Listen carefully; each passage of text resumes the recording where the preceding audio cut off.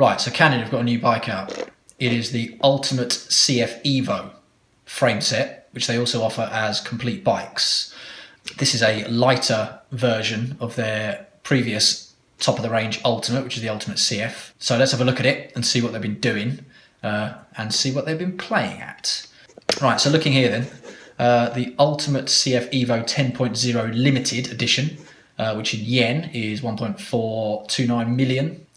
This is the top of the range complete using this frame set. Underneath that, you've got the SL version of the same thing, which again is the same frame set with different components.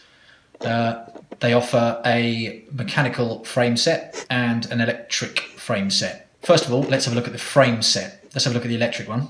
Okay, yeah, it looks nice. So let's look at the details and see what they've been doing. Looking at it now, it looks the same as the previous one. I'm guessing this is just a better use of materials and some slight modifications of the previous design rather than starting again from scratch, which, you know, fair enough considering it's the same model name. Looking at it now, what piques my attention? Right, they're not using direct mount brakes. Why? That's ridiculous. All new frames should use direct mount rim brakes if they're going to do that. They don't appear to be using direct mount rear derailleur hangers. They're using this integrated handlebar and stem thing, which they don't offer in a variety of sizes. They just tell you what size you have to have when you order the frame. Small one will get like an 80 or 90 mil stem, medium one will get a 100 mil, etc.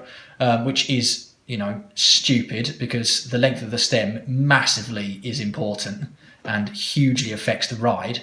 You can basically cripple yourself by using the wrong length stem. Pro riders like Team Sky, they go so far into tuning their bikes correctly that they have stems made for them by Shimano down to single millimeter increments, right? Yet Canyon don't offer their stems in a variety of length. They just tell you what to have. And then if you speak to them, they don't let you change the length. You just have to take what they're given. Take what you're given.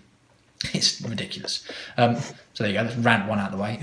Canyon use a larger than is regular standard diameter fork steerer at the top, meaning that if you choose to get rid of this silly stem and bar combo, because it's not the right length for you, which is highly probable, you'll have to find a stem which has a 1¼ inch diameter rather than 1/8 like is regular. It's not the end of the world, but it's, you know, something they continue with. I wonder if they're hoping that, you know, that becomes the world standard. I've got a message for you, Canyon. It won't. Right, this is obviously a photoshopped picture to make it look nice, but you can see the shape here looks all right. Some quite sharp angles here. The camtail rear on the fork. They've taken into account aero a bit, I guess. Let's look at the components. The frame, our most advanced carbon layout consisting of ultra-high modulus fibres for the latest Canyon frame ever. The lightest Canyon frame ever, sorry. Yeah, all right, cool. 665 grams claimed weight is pretty light. That is pretty light. Fork 290, again, that is pretty light. If they've pulled that off, if that's honest, that is pretty light. That is very, very light. Headset, they use this fucking Acros thing, which is shite, right? Why don't they choose drop-in bearings like everyone else? Drop-in standard angular contact bearings would just be so much easier. Cockpit, specified recesses for DR2 junction. Yeah, they've updated that, thought about that a bit. Seat post.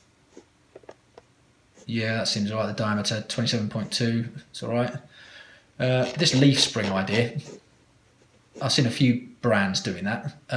I get a bit scared seeing that. I get scared seeing big guys sitting on these things. Would I ride by myself? Probably, yeah, but I wouldn't like to. I'd like to sort of block it out of my mind when I'm riding it because I just think it's going to snap. It probably won't. It won't, but you know, it just seems a bit scary. Frame sizes, they go from 2 times extra small to 2 times extra large. So they got you covered there. Colour, carbon fibre and brown creeping in as a colour.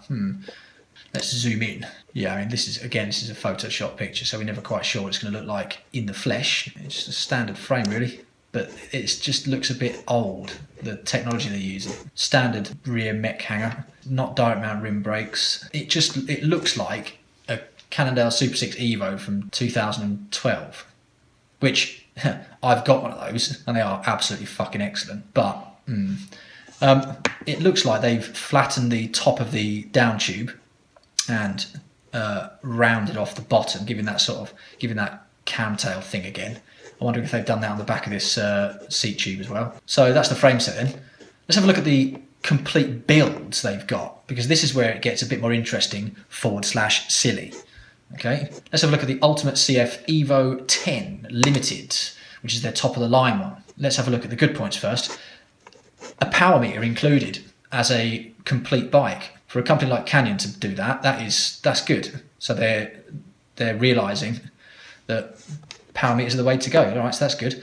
Pretty exotic crank there.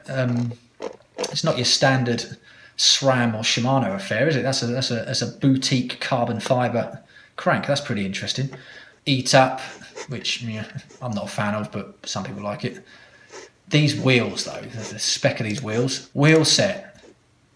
This is the lightweight Mielenstein clincher. All right, ceramic bearings. Yeah, so that's your first load of bollocks. Weight of the wheels is very light, in fact. That's pretty amazing. Rim profile and rim width though.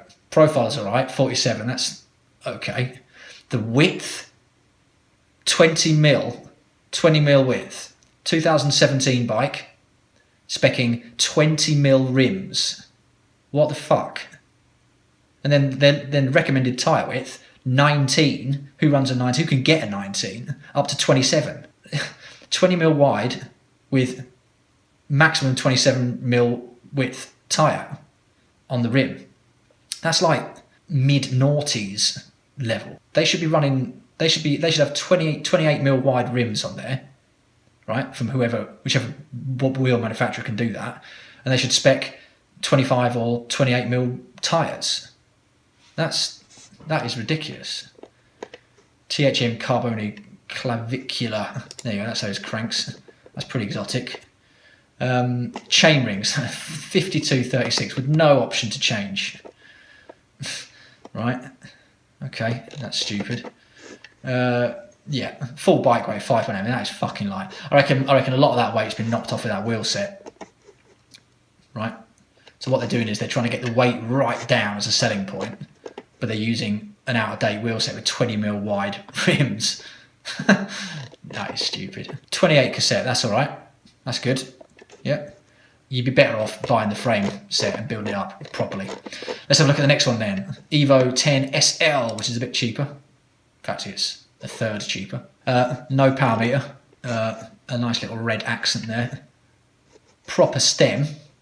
So you can easily change that if not when they cock up the length of it.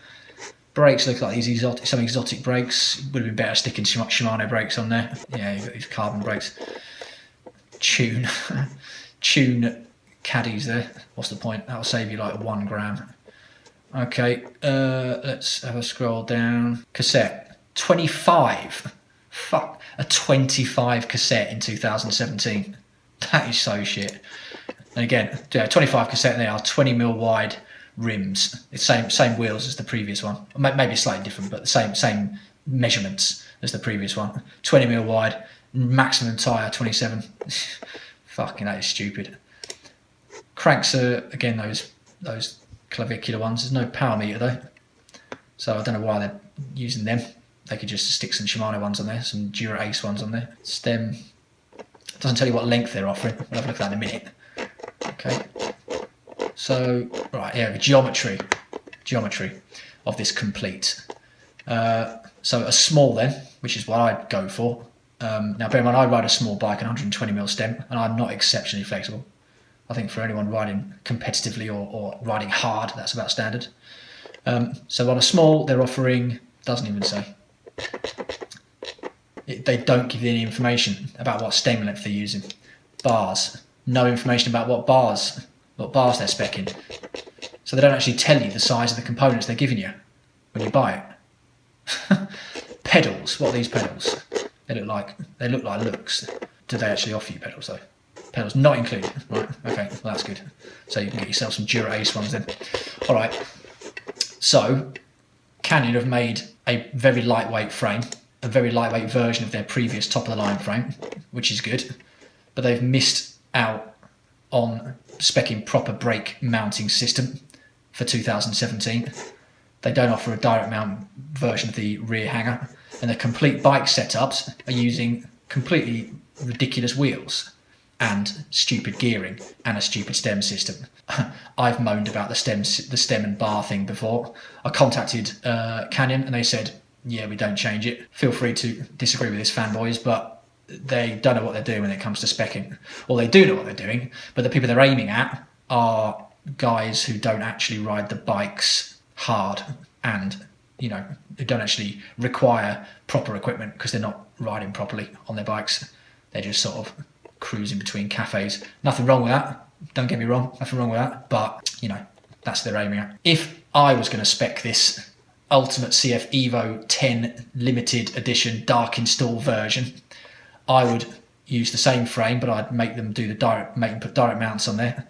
Wheel set, get them to build something up, get them to make a nice hub, get them to make a Canyon branded hub, or get someone like Extra Light to make it, and make a sort of slightly beefier version, or DT for example, and then get them to get some Chinese rims that they improve on. All right, 28mm wide rims on the front. Don't worry about these carbon aero spokes because they do fuck all. And then spec wide tyres on it. I sincerely hope that this frame can actually take really wide tyres. I hope they haven't made it all narrow to save weight. Yeah, so this looks all right. Would I buy it? No, I wouldn't.